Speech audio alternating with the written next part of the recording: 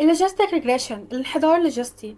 على الرغم من اسمه هو مش خوارزمية انحدار وانما هو نموذج تصنيف. يعني ايه خوارزمية انحدار؟ يعني هو مش ريجريشن، مش بتنبأ بكونتينوس فاليو، لكن هو نموذج تصنيف كلاسيفيكيشن بيعرف يصنف ما بين الفئات. وهو النموذج دوت تم تصنيفه لمهام الباينري كلاسيفيكيشن للتصنيف الثنائي، يعني بيصنف ما بين فئتين، بنقسم لفئتين، فئة موجبة وفئة سالبة. طب ازاي بيشتغل لوجيستيك ريجريشن؟ اول حاجة بيقوم بخطوة اللينير ريجريشن، بنت القيمة بتتراوح ما بين سالب ما لا نهاية إلى موجب ما لا نهاية. بعدين القيمة دي بتمر عبر دالة سيجمويد بتحولها لنطاق ما بين 0 و1. الناتج دوت ممكن نفسره على انه احتمال انتماء العينة للفئة الموجبة، او ان العينة ديت احتمال انها تنتمي للفئة السالبة. طب هنعرف ازاي؟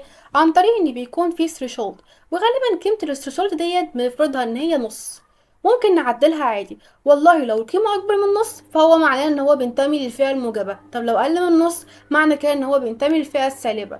وبما إن الليبلز بتاعتنا التارجت هي كاتيجورال فاليو مش كونتينوس فاليو، فاللوجيستيك ريجريشن هنا بيستخدم دالة خطأ اسمها كروس انتري بلس. الانحدار اللوجيستيك ريجريشن ممكن برضو نخليه يتعامل مع كذا فئة، اسمها مالتي كلاس كلاسيفيكيشن. واشهر طريقة نعمل كده هي استخدام دالة السوفت ماكس بدل من السيجمويد. مع السوفت ماكس بتعلم النموذج احتمال كل فئة على حدة، بعدين يختار الفئة اللي عندها احتمال اعلى، بس ده هيغير عندنا معاملات النموذج اللي هي الكوفيشنز.